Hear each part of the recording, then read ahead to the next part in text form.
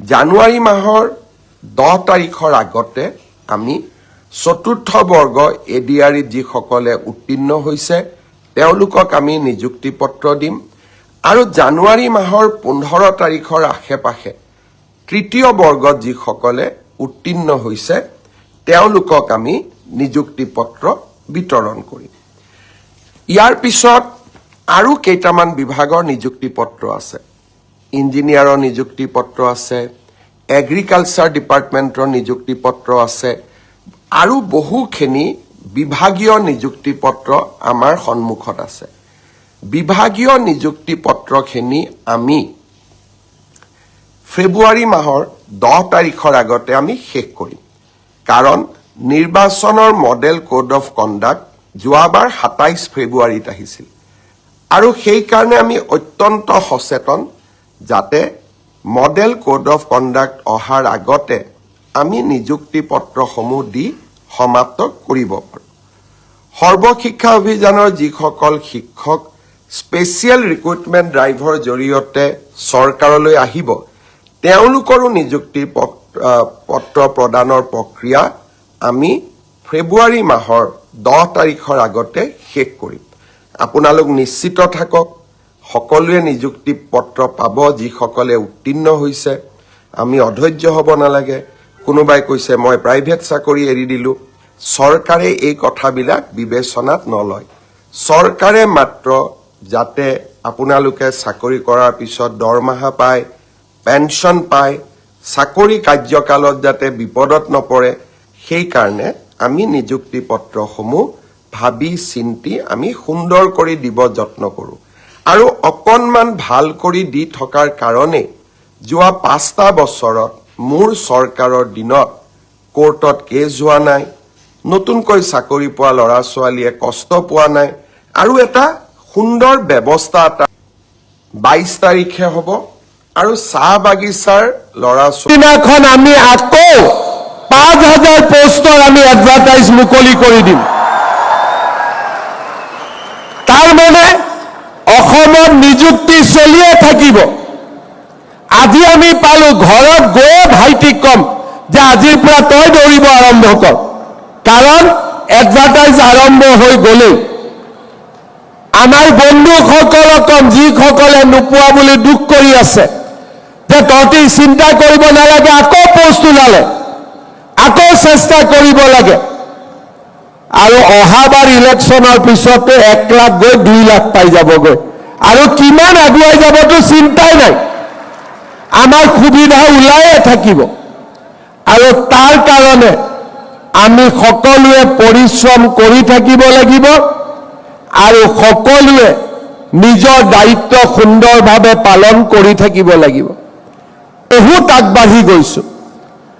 যোৱা 7 দিন আগতে ভাৰত চৰকাৰৰ গৃহ মন্ত্ৰালয়লৈ তেওঁলোকে ৰেংকিং কৰিছিল আৰু নিউ ক্ৰিমিনেল ল ইনভেষ্টিগেশ্যনত তেওঁলোকে কৈছিল যে অসম ভাৰতৰ ভিতৰতে 1 নম্বৰ ৰাজ্য যোনে নতুন পুলিচ আইন মতে আটাইতকৈ বেছি ভাল কাম কৰিব পাৰিছে। আজি আমি যোৱা 5টা বছৰত বহুবিলাক কাম আমাৰ আৰক্ষীত হৈছে। গোচৰৰ সংখ্যা 1,21,000ৰ পৰা 50,000লৈ হ্ৰাস পাইছে। নিষ্পত্তি নোহোৱা গোচৰ 1,33,000ৰ পৰা 14,000 কমিছে। চাৰ্জশ্বিট 67%লৈকে গৈ পাইছে আৰু মহিলাৰ বিৰুদ্ধে গোচৰ 26,000ৰ পৰা মহিলাৰ বিৰুদ্ধে সংগঠিত অপৰাধৰ গোচৰ 26,352টাৰ পৰা 5,555টালৈ হ্ৰাস পাইছে। আৰক্ষীৰ নিয়মীয়া নিযুক্তি ইয়াৰ এটা ডাঙৰ কাৰণ আজি আমাৰ আৰক্ষীত পৰ্যাপ্ত পৰিমাণৰ SI আছে, UB আছে আৰু আমাৰ আইন শৃংখলাৰ সৈতে যুঁজিবলৈ AB কনষ্টেবল বিষয়া আজি আমাৰ সকলো আছে। আজি আমি অসমত আইন শৃংখলাৰ দৃষ্টিৰে বহু দূৰ আজি আমি আগুৱাই যাব পাৰিছোঁ। ৰাজ্যখনত শান্তিৰ এটা পৰিৱেশ আজি আমি নিৰ্মাণ কৰিব পাৰিছোঁ। আপোনালোকৰ উপস্থিতি আৰু আপোনালোকৰ যোগদানে আমাৰ অসম আৰক্ষীক আৰু অধিক শক্তিশালী কৰিব।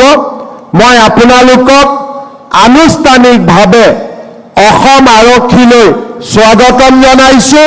আপোনালোকক অসম আৰক্ষীলৈ আদৰণি জনাইছোঁ। আজি আমি চাহ জনজাতিৰ 3% আৰক্ষণত নিৰ্বাচিত জোৱানসকলক এপইণ্টমেণ্ট লেটাৰৰ বাবে মতা নাই। 8 তাৰিখে তেওঁলোকক আমি সুকীয়াকৈ এপইণ্টমেণ্ট লেটাৰ দিম আৰু 10 তাৰিখে আপোনালোকৰ লগতে তেওঁলোকে একেলগে যোগদান কৰিব। যিসকলে আজি ইয়াতে আহিছে, কোনোবাই যদি তেওঁলোকৰ হয়তো এপইণ্টমেণ্ট লেটাৰখন নোলাব, তেওঁলোকে 8 তাৰিখলৈকে অপেক্ষা কৰিব। এতিয়া মই দুটা অনুৰোধ কৰিম। কোনোবা ল'ৰা ছোৱালীৰ ঘৰত যদি আমি অৰুণোদয় পাই আছিলোঁ, আমি নিজে নিজে অৰুণোদয়ৰ পৰা আঁতৰি আহিম। হ'ব? ঘৰত যিহেতু চাকৰি হৈছে, এতিয়া আমাক আৰু অৰুণোদয় নালাগে। হ'বনে নহ'ব? কোনে কোনে পাই আছিল অৰুণোদয়? কাৰ কাৰ ঘৰত আছিলে অৰুণোদয়? ঠিক আছে। চৰকাৰী কৰ্মচাৰীৰ ঘৰত অৰুণোদয় নাথাকে, সেইকাৰণে আপোনালোকে অৰুণোদয় লোৱাৰ পৰা আপোনালোক নিজে নিজে বিৰত থাকিব।